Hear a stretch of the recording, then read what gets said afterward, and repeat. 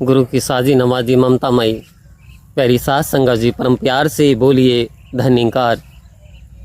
ए नादानों क्यों डरते हो, ए नादानों क्यों डरते हो इस दर पर शीश झुकाने से।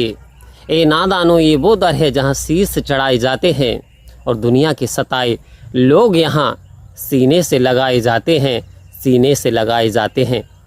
आओ संत महात्माओं, ऐसा संत महात्माओं ने आखिर क्यों प्रमाण कर दिया जब दुनिया से इंसान हार जाता है। आओ संत महात्माओं, जब उलझने उसे थका देती हैं, जब डॉक्टर हकीमों से थक कर के हार जाता है, जब तांत्रिकों से हार जाता है, आओ संत महात्माओं, तब ये जाता है, विचरण करता है और पूछता है कि ऐसा कौन सा धाम है जहाँ पे जा कर के यानी मेरी ये जो कष्ट हैं वो मिटने वाले हैं, कहाँ मुझे परम शांति मिलेगी। तो आओ संत महात्माओं, तब सतगुरु का प्यारा कोई आप जैसा महापुरुष जब जीवन में आता है और जीवन की वास्तविकता से जब उसे अवगत कराता है कि आओ संत महात्माओं, ये जीवन है और ये जीवन दाता है, ये प्रकृति है और ये प्रकृति का निर्माण करता है।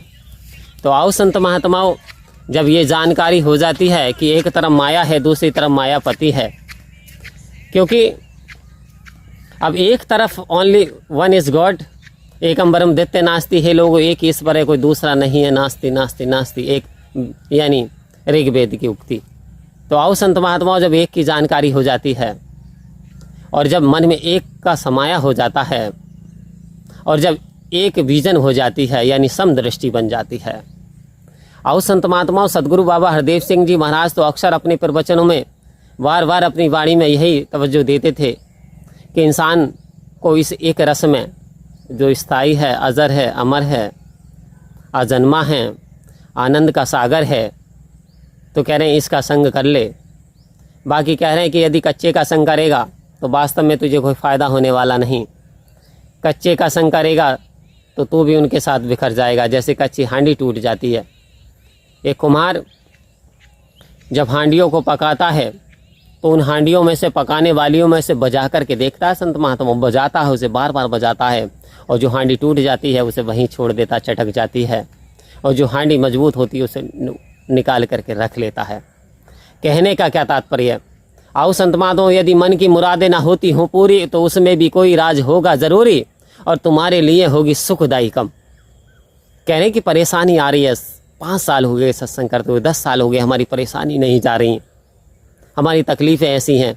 तो आओ संत महात्माओं, तो आप अभी कच्चे पत्थर के समान हो, अभी सदगुरु आपको यानी बजा करके देख रहा है कि क्या उसकी आप जो दाते वो देता है सहन कर लेंगे। तो आओ संत महात्माओं, वो आपको मजबूत बनाना चाहता है, आपको स्ट्रॉन्ग करना चाहता है, दुनिया की परिस्थितियों से आप लड़ सकें ऐसी ताकत, ऐसी शक्ति देना चाहता है। आओ संत महात्माओं, सदगुरु ने बड़ी कृपा की। अब कैसी कृपा की? क्योंकि आप संसार के सबसे बड़े भाग्यशाली व्यक्ति हो। वो कैसे हो?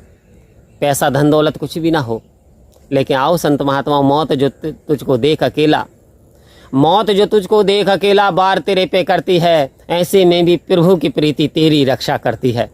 आओ संत महात्माओं, आपको वो ब्रह्म अस्त्र दे दिया, दिव्य शस्त्र प्रदान कर दिया कि आप हर समय इस परमपिता परमात्मा को हाजिर नाजिर देख सकते हैं, इससे अरदास कर सकते हैं, विनती कर सकते हैं, प्रार्थना कर सकते हैं और बात भी कर सकते हैं कि जो काम दवा से हो ना सके वो काम दुआ से होता है, जो काम दवा से हो ना सके वो काम दुआ से होता है, जो सच्चा मुर्शद मिलता है तो बात खुदा से होती है। आओ संत महात्माओं, कह रहे सच्चा मुर्शद, सच्चा मुर्शद वही होता है जो सत्य का ज्ञान की जानकारी करा दे कि ये परमात्मा, ये आप हो।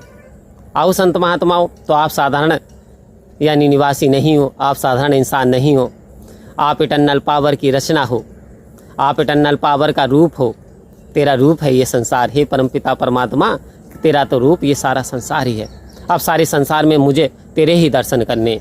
अब दर्शन करेंगे कैसे? जैसे कि इक्वल विजन हो गई हमारी समदृष्टि, यानी कोई चश्मा यदि हमने रंगीन लगा लिया तो दुनिया हमें रंगीन नज़र आने लगती है। तो आओ संत महात्माओं, अपनी नज़र को इस तरीके से संतों वाली नज़र में बदल लेना है कि जैसे भगवान कृष्ण अर्जुन से कुरुक्षेत्र के मैदान में कर रहे हैं अर्जुन। ये मैं वो दिव्य दे रहा हूँ जिसको प्रदान करने के बाद इंसान को और कुछ नज़र नहीं आता, मेरी दस्त नज़र आती हर वस्तु हर शय में। तो आओ संत महात्माओं कि जिधर देखता हूँ उधर तू ही तू है और हर शय में जलवा तेरा हुबहू है। ऐसी नज़र ऐसी सोच सतगुरु की कृपा से हमारी बन पाई। सतगुरु का एहसान माने, जीवन में सतगुरु के वचनों का पालन करें, सेवा सत्संग सिमरन को अपने जीवन का आधार बना लें, तो ऐसा कोई सुख नहीं है जो आपके पास नहीं आएगा। आओ संत महात्माओं, यदि इसके पीछे भागोगे और आगे भागेगा, लेकिन यदि आप संतों के पीछे चलते हो, यदि आप सतगुरु के वचनों का पालन करते हो, तो ये माया आपके पीछे दौड़ना शुरू कर देती है। तो हमें अपने जीवन में सेवा सत्संग सिमरन का आधार लेना है, सतगुरु का एहसान मानना है और अपने जीवन को यानी परम गति को तक पहुँचाना है। परम प्यार से कहिए धन्यवाद जी।